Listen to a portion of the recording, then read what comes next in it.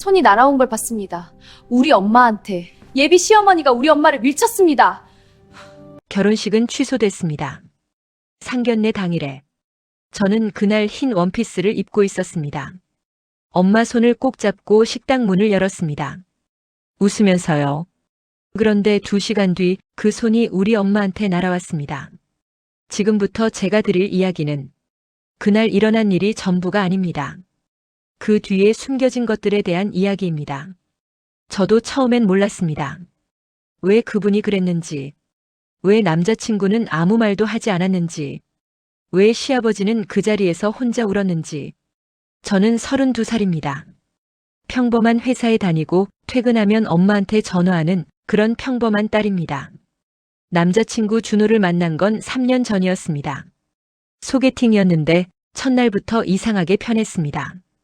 준호는 조용한 사람이었습니다. 말이 많지 않고 근데 행동이 늘 앞섰습니다. 제가 감기 걸렸다고 했더니 퇴근 후에 죽을 사들고 나타났고 엄마 생신이라고 했더니 같이 가도 될까요? 라고 먼저 물었습니다. 그 사람이 좋았습니다. 그 사람의 마음이 좋았습니다. 근데 딱 한 가지가 걸렸습니다. 준호 어머니 이야기였습니다. 준호는 어머니 얘기를 거의 안 했습니다. 제가 물어보면 그냥 좀 강한 분이야. 그 말이 전부였습니다. 한 번은 통화 중에 어머니한테 전화가 왔는지 준호 목소리가 갑자기 작아졌습니다. 응. 지금 밖이야. 아니야, 그런 거 아니야. 알겠어. 나중에 전화할게. 전화를 끊고 한참 있다가 준호가 말했습니다. 미안해. 뭐가 미안한 건지 몰랐습니다. 그때 제가 좀 더 물어봤어야 했습니다. 3년이 지났을 때 준호가 조심스럽게 꺼냈습니다. 양가 인사. 슬슬 해야 하지 않을까? 저는 솔직히 설렜습니다. 드디어 이 사람이랑 미래를 이야기할 수 있겠구나, 그 생각이었습니다. 엄마도 좋아했습니다. 어떤 분들이래? 좋은 분들이지? 저는 웃으면서 말했습니다. 응, 괜찮을 거야. 상견례는 강남의 한 한정식 집에서 하기로 했습니다. 준호 어머니가 직접 고른 곳이었습니다. 식당에 먼저 도착한 건 저희 쪽이었습니다. 엄마, 아빠, 저. 5분쯤 기다렸을 때 준호가 들어왔습니다. 근데 표정이 이상했습니다. 밝지 않았습니다. 웃고 있었는데 눈이 안 웃었습니다. 그리고 뒤에서 어머니가 들어왔습니다. 처음 든 생각을 솔직하게 말씀드리겠습니다. 아, 세련된 분이다. 정갈하게 차려입으신 분이었고 목걸이도 조용히 빛났습니다. 웃으셨습니다. 반갑게. 근데 그 웃음이 눈까지 오지 않았습니다. 인사를 나누고 자리에 앉았습니다. 처음엔 평범한 대화였습니다. 어디 사세요? 무슨 일 하세요? 근데 어머니 질문이 조금씩 달라지기 시작했습니다. 부모님 2분 다 직장 다니세요? 엄마가 웃으며 대답했습니다.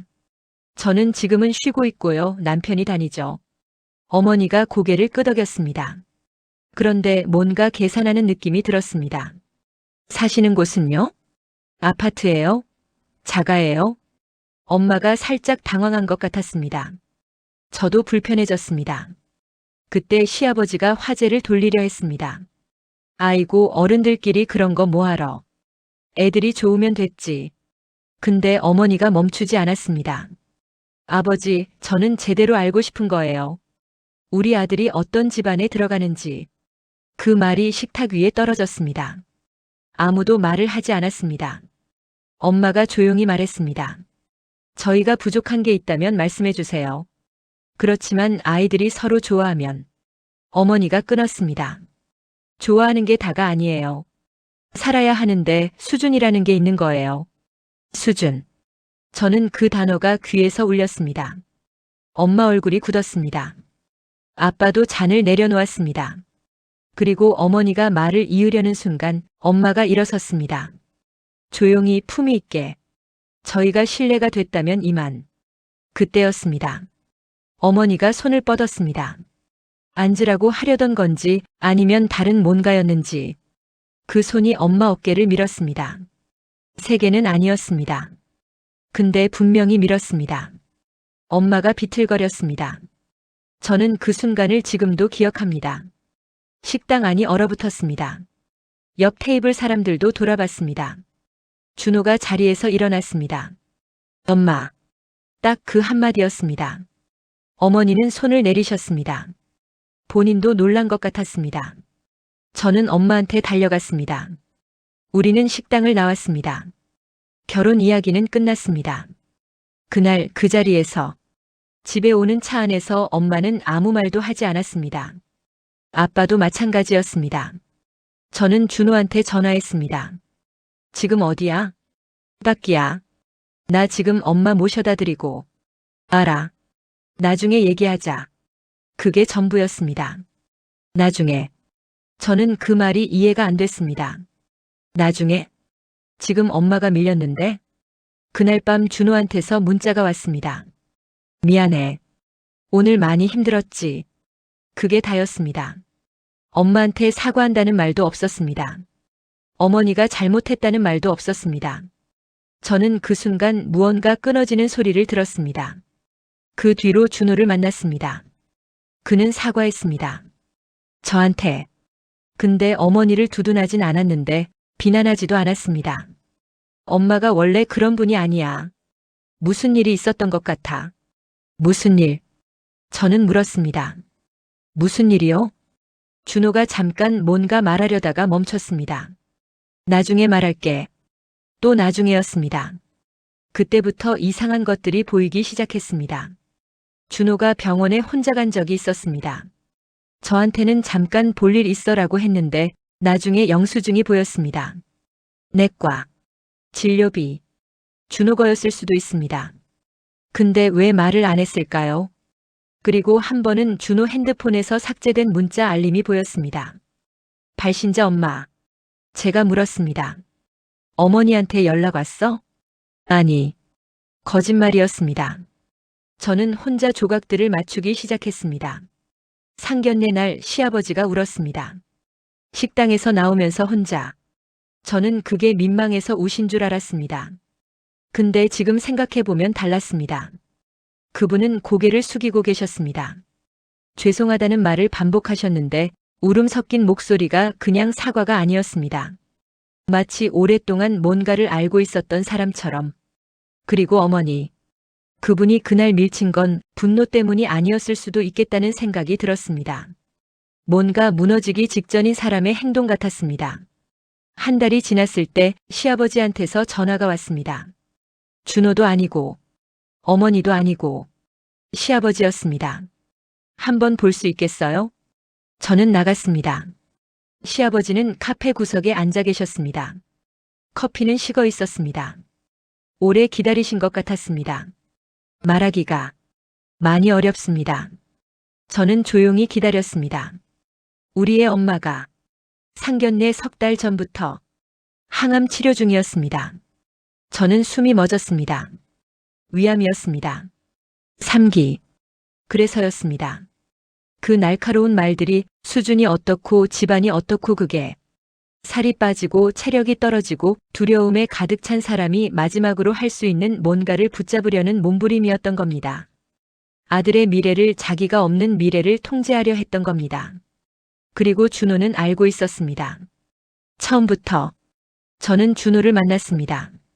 이번엔 제가 먼저 말했습니다. 아버지한테 들었어. 준호가 고개를 숙였습니다. 말 못해서 미안해. 저는 화가 났습니다. 근데 화를 낼 수가 없었습니다. 준호는 말했습니다. 엄마가 부탁했어. 너한테 말하지 말라고. 이유를 물었습니다. 엄마가 그랬어. 자기 때문에 우리 사이가 영향받는 게 싫다고. 자기가 아프다는 이유로 내가 결혼을 결정하는 건 불공평하다고. 불공평하다고. 그 말이 오래됐습니다. 자기 때문에 동정으로 결혼하게 되는 게 싫었던 겁니다. 며느리 될 사람이 시어머니 병 때문에 억지로 좋은 척 하는 게 싫었던 겁니다. 그래서 차라리 나쁜 사람이 되기로 한 겁니다. 준호가 핸드폰을 꺼냈습니다. 문자 하나를 보여줬습니다. 삭제된 문자. 복구한 거였습니다. 어머니가 상견례 이틀 전에 보낸 문자였습니다. 준호야. 엄마가 그 자리에서 좀 모질게 굴 것 같아. 일부러 그러는 거니까 나중에 그 아이한테 잘 설명해줘. 엄마는 내가 행복했으면 좋겠어. 그 사람이 진짜 좋은 사람이면 엄마가 그래도 다시 연락 올 거야. 그게 진짜 인연이면. 그런 사람이어야 우리 준호 옆에 있을 수 있는 거야. 엄마가 테스트하는 게 아니야. 엄마가 없어도 내 편이 될 사람인지 엄마가 확인하고 싶은 거야. 저는 한동안 아무 말도 못했습니다. 저는 그분을 찾아갔습니다. 병원이었습니다. 어머니는 놀라셨습니다. 저는 준비한 말이 없었습니다. 그냥 꽃을 사들고 갔습니다. 어머니, 그분이 저를 보셨습니다. 저 무서운 거 알아요, 어머니도. 그 말을 하는데 목이 막혔습니다. 어머니가 먼저 손을 내미셨습니다. 그 손을 잡았습니다. 상견례 날 엄마를 밀었던 그 손을. 어머니가 우셨습니다. 한참을. 저도 울었습니다. 저는 그분과 12번의 항암을 함께 다녔습니다. 결혼식은 했습니다. 어머니가 고른 날짜에.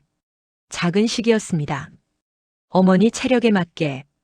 피로연 사진을 보면 어머니가 웃고 있습니다. 진짜로. 눈까지. 저는 가끔 생각합니다. 만약 그날 제가 그 식당을 그냥 나와버렸다면, 어머니가 나쁜 사람이라고 단정 짓고 연락을 끊었다면, 저는 이 사람을 영영 잃었을 겁니다. 사람은 가끔 상처를 주는 방식으로만 사랑을 표현할 줄 아는 경우가 있더라고요. 여러분이라면 어떻게 하셨을 것 같으세요? 그 식당에서 일어나셨을 건가요? 아니면 다시 앉으셨을 건가요? 댓글로 알려주세요. 구독, 좋아요, 알림 설정 부탁드립니다.